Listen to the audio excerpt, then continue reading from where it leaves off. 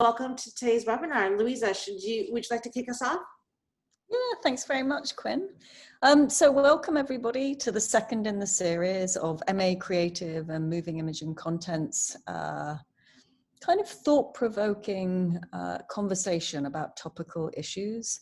Today we have killing cancel culture, and basically with all of the health, social and political and environmental issues at the moment, brands are a little bit stumped about what to do. We have a good awareness of the ethics, but how do we communicate and act in a way that makes sense and resonates?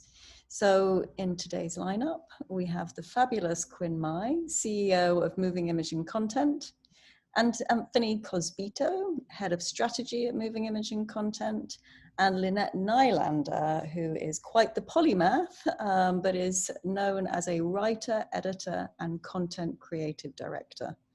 Thank you very much. Please take it away. Great, thank you, Louisa.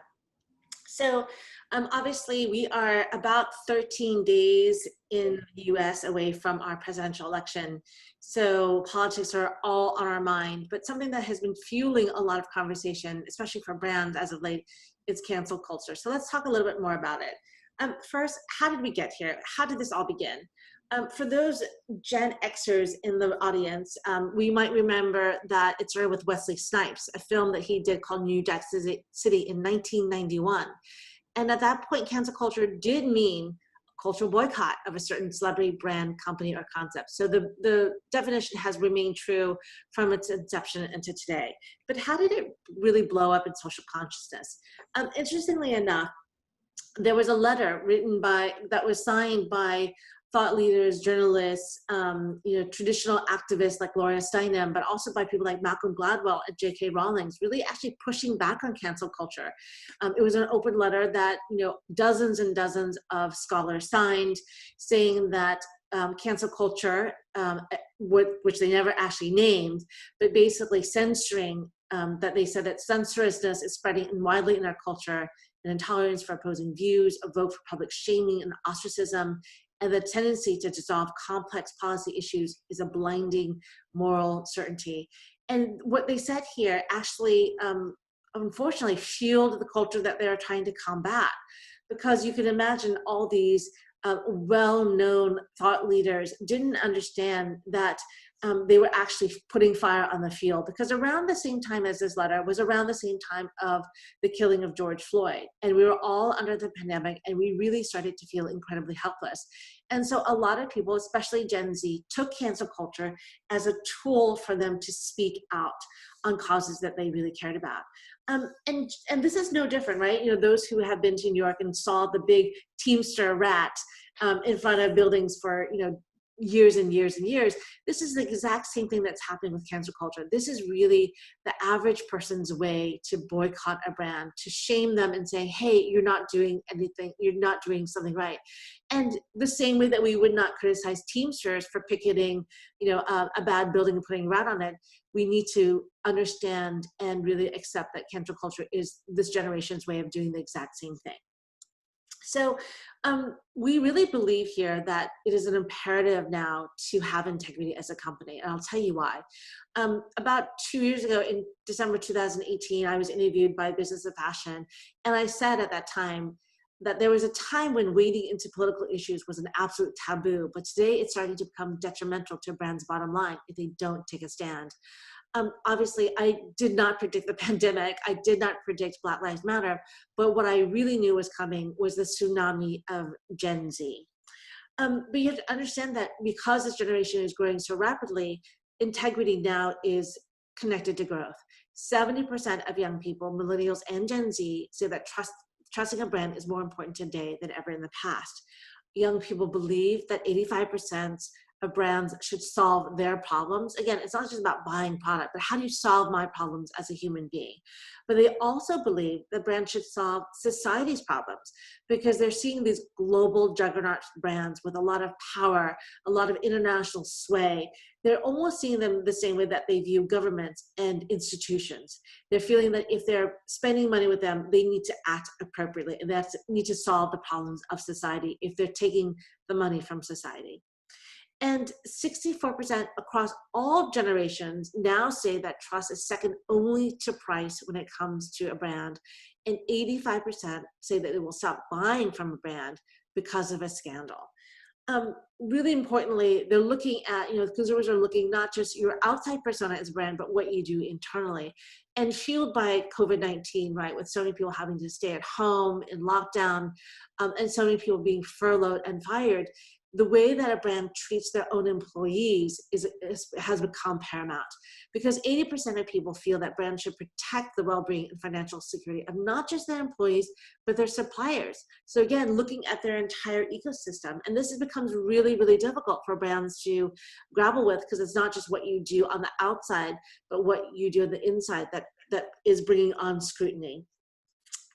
Again, all of this is multiplied, we call it the force multiplier, by Gen Z, because they really create this incredible halo effect. Right now, and they're only 8 years old and as old as 23, they're already 32% of the global population at 2.47 billion. They have $143 billion in spending power, but they influence $600 billion. And as you know, in places like Latin America and Asia, there is a huge population of young people who are growing up with the power of social media, and they're driving things forward. But most importantly, they drive their entire family. They drive generations that they live with. Remember, this is an audience, this is a young community that are closer to their parents, the Gen Xers, who live a very young life, and they're very, very close to their grandparents. The family unit is incredibly critical to them. They spend time at home longer. They're more closely connected to their parents and grandparents, and therefore they are really influencing across generations. So when you look at their power across generations, it's incredible. But when you win their love, you actually win the world because of their influence. And with that, we've talked about where it came from, where cancel culture came from, why it's important for businesses. And with that, let me pass it on to Anthony and Lynette to talk about a path forward. How do we combat cancel culture, and how do we try to avoid being canceled ourselves? Fantastic. Good questions.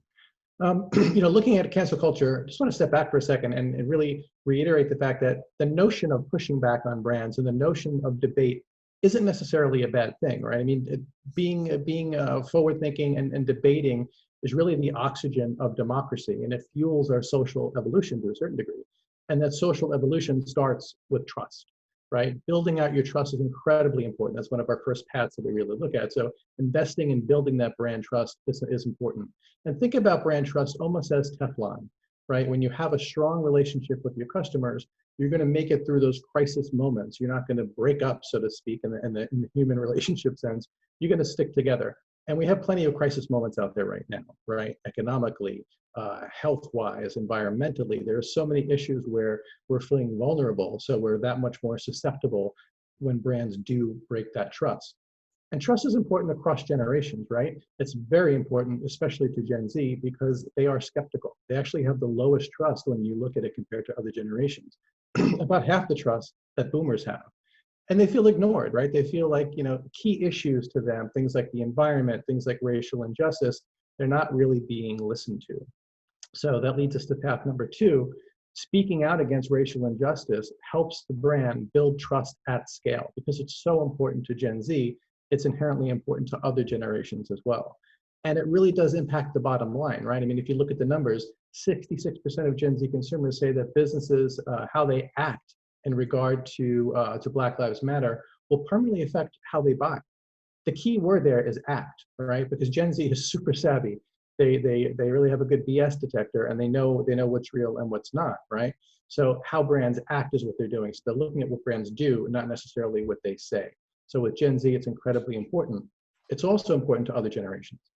So if we look at Americans across different generations, over half, 60% of them, will buy or boycott a brand based on how that brand handles racial injustice issues. Super important, and that's on the consumer side. If we think about this from the employee side, that's also important. More than half, 52% of people of color won't work for a brand that fails to act on racial injustice. So it's incredibly important to them. Case in point is Reformation, right? It's a very woke, sustainable clothing brand, where from the outside they're doing all the right things, but internally within the organization, there were some issues around racial injustice. And just this past week, there was a third-party investigation provided a report where the founder was found cleared of all racism charges, but they did find some issues internally. So they are working on that. So it's something that a lot of companies are looking at, here in the States. But this is a global discussion, right? Because of the web, because of social media, because of platforms like TikTok, we're all so connected. So we're connecting people all over the world, which brings us to, a couple of months back when we look at what happened with BTS, right? And they got all the kids on TikTok to reserve empty seats at Trump's Tulsa rally. And it resulted in a bit of a hiccup from a political perspective because all those seats are empty. So when you sit back and you say, wow, a Korean boy band is affecting the America's presidential election, that's pretty powerful. And a couple of years ago, that never would have been the case. So we're all much more connected. So when influencers, celebrities, and people of note speak out, it's going to be heard around the world. So some people thought this was a great thing. Other people were really offended by it, but it shows the connection. And at the end of the day, you can't please everybody.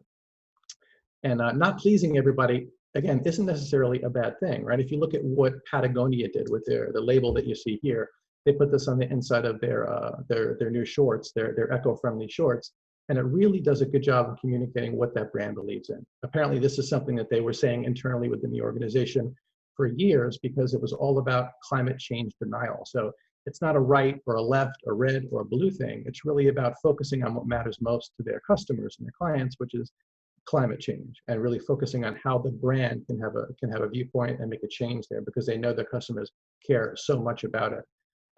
But when you do take a stand and when your focus is not pleasing everybody, there are two sides to that coin, right? And that brings us to Goya and what's happening. This battle of the beans that's been taking place since the summer, where you have some interesting things that are happening, where the CEO of Goya came out and he spoke in support of Trump. And that was all over the airways. Trump was happy with it, and he retweeted it. Ivanka came out and supported that as well. But of course, there was pushback from politicians and celebrities and the Latinx community who felt betrayed by that because they're the core community for that brand, and they have been against Trump and his policies for a long time. So there was a big disconnect there. But interestingly, what happened was, because it became so political, you had things happen like a GoFundMe page was launched to raise money for people to buy Goya products and then distribute those products to those in need.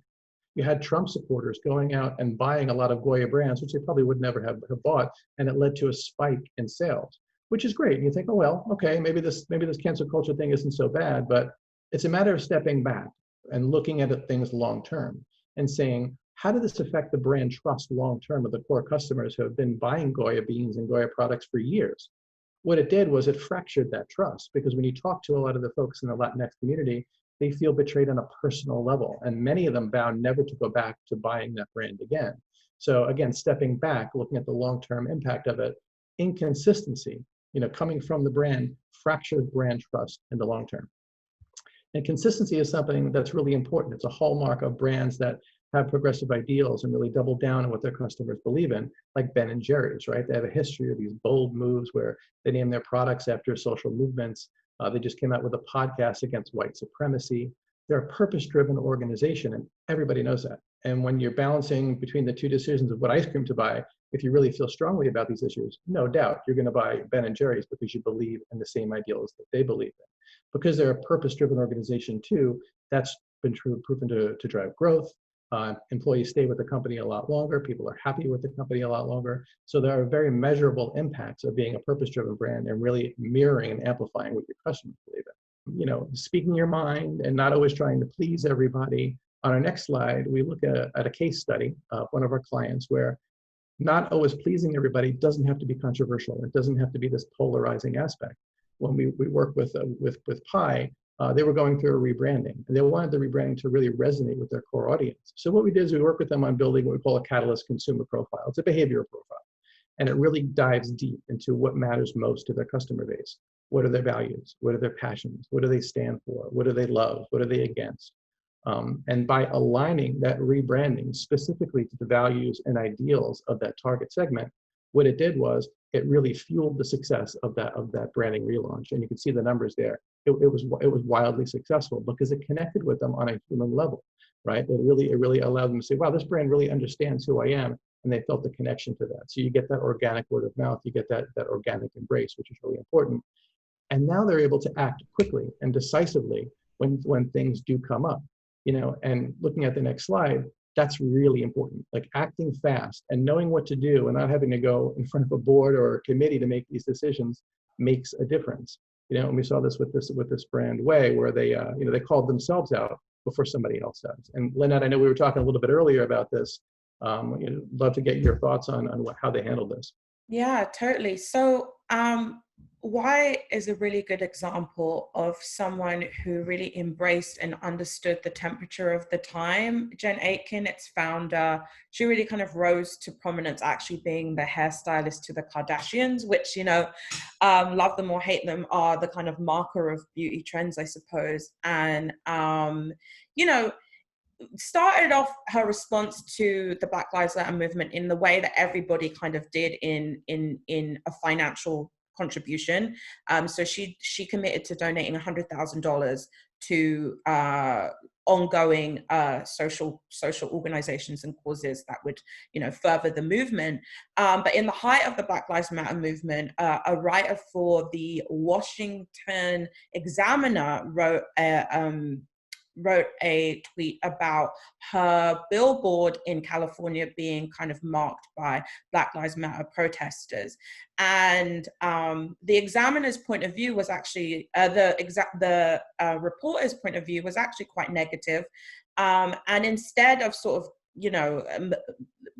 lamenting over the fact that her billboard had been marked, she really cleverly took to Twitter and said, you've made my billboard look even better, which she received a huge lot of support, and really without even kind of trying to somewhat position herself in that conversation, became a marker of someone who had responded in the right sort of way. Another good example of that was somewhat in the same vein was Marc Jacobs. In the height of the tensions of the Black Lives Matter movement, his stores were targeted within the looting kind of movement that we'd seen. And at a time where kind of other designers remained silent, Marc Jacobs really cleverly responded on the Instagram post: "Never let them convince you that broken glass or property is violence. Property can be replaced, human lives cannot." And, it was a really smart, sharp, and kind of poignant yet important message to say at the moment, and not the response of what a lot of the luxury brands were doing. So I think that was really a good point. Interesting. It's so compelling to see how a lot of these brands are handling these racial injustice issues. I mean, there was another example that came up was the 15% pledge, right? But that was really smart, because companies were able to put their values where their products are, quite literally. Totally. And that was kind of spearheaded by a Brooklyn-based creative director, and then lucky enough to call her a friend. Her name is Aurora James. She has her own shoe brand called Brothers Bellies, and she's actually had, notable success winning the CFDA Fashion Fund. And she became sort of sick of seeing brands and retailers that she had worked with, as well as the wider world at a time where race was the number one topic that we were speaking about, not kind of putting their money where their mouth is. So she, admitted kind of novice as it comes to corporate kind of organizing and having a sort of nonprofit, decided to put together this organization called the 15% Pledge, which asks major retailers to commit to having 15% of their shelves to Black-owned businesses. She's had an incredible response to this. She's already had West Elm, Sephora, Vogue, Rent the Runway, MedMen all sign up to be a part of the 15% pledge. She's still ongoing to try and get bigger retailers, such as, I know she's consistently targeting Walmart, Target, those really, really big kind of core American players. And I think it's incredible the work she's doing. She was kind of more recently put on the September issue of American Vogue to kind of highlight the work that she's doing. And I also think what's great about 15% pledges, it's also a consumer commitment. They ask for a consumer commitment for you to be more cognizant of how you're spending and your spending power, because it's a symbiotic relationship, right? We need to also be cognizant of where we're putting our dollars. But I think it's really great. I think the organization's great because it allows brands to take stock and take and to be mindful of the fact they may have not have been thinking about this in the past, and that's okay. You know, on their website, when asked, what do I do if my numbers are really low? What do I do if I really have not been mindful of this in the past? And they go, and 15% Pledge's response is, let's be real, the information is available to the public. Anyone enthusiastic enough to do their research can find this out. But, so you are not to divulge you're not divulging secrets that someone mindfully proactive couldn't uncover on your website. But now is the chance to get ahead of this. And I think that's a really good response to, and a good reasoning for why something like 15% pledge exists. Yeah, for sure. And companies are acting faster and faster, you know, and they're coming out and they're admitting their mistakes faster and faster. So, you know, looking at our last path here, admit to mistakes and amplify actions immediately. This is something that Aunt Jemima did. And we're running a little tight on time, but we just want to show this video real quick, and then we'll chat about it on the other side. Baby, you hungry? Let me fix you some breakfast. Aunt Jemima? Did you know the name Aunt Jemima means slave mammy of the plantation South? Did you know the founder, Chris Rutt, a white man, got the name after attending a minstrel show? Think blackface. Did you also know he hired former slave Nancy Green to be his very own Aunt Jemima, where she went around cooking pancakes and telling people stories of the good old South? And afterwards, they could take home a box of Aunt Jemima and that feeling of having their very own mammy. Not today. Black Lives Matter, people. Even over breakfast. Really powerful, right? Really well done. Yeah, I mean, I think I said earlier, I think it's as good as, you know, any ad that you may pay, you know, a major advertising company to create. So that was created by a singer-songwriter and artist called Kirby, and it became a viral TikTok, went viral on both Twitter and TikTok actually. And in its wake, Pepsi, which owns the Aunt Jemima brand, announced it will rename and repackage the pancake brand, and that's a 130-year-old brand. And you know, the VP and chief marketing officer actually came out and, you know, spoke on why, you know, it definitely has, you know, racial origin. You know, it's that the idea of an Aunt Jemima is based on a racial stereotype, which is a huge thing for a brand of that kind of stature. You know, it's very beloved. You know, don't let my British accent fool you. Definitely, you know, I understood you know, having breakfast is very about, you know, those sorts of brands in the United States. So it's huge. And it had a catalyst effect. So you saw kind of brands like Uncle Ben, Cream of Wheat, Mrs. Butterworth's brands, again, very beloved in an American market, very kind of connected to that American ideal. They all examined their packaging and comms in the wake of that. So I think, you know, obviously in this case, they were called out, but they were honest in their history and they were quick to amend. And I think this will bode them well in the future, particularly with a young and a Gen Z consumer, because that's what they look for in terms of brands and brand loyalty. Someone who can admit their mistakes. And I think it will in part shake some of that outdated viewpoint and maybe that outdated positioning as well. For sure. So, you know, that wraps up kind of the 5 different paths, but I think it's interesting to see the similarities and what those are, right? So just going to our next slide, our final slide here is really summarizing: investing in building brand trust, speaking out against racial injustice to build trust at scale, avoiding trying to please everyone, you just can't do it, call yourself out before somebody else does, and admitting to mistakes and amplify those actions immediately, especially for Gen Z, so they can see this is really what you believe in, not just something you're saying. Thank you so much for joining. We will send out a copy of this presentation and a video for you, and hopefully see you at our next webinar. Thank you, everyone. Have a great day. Thank you.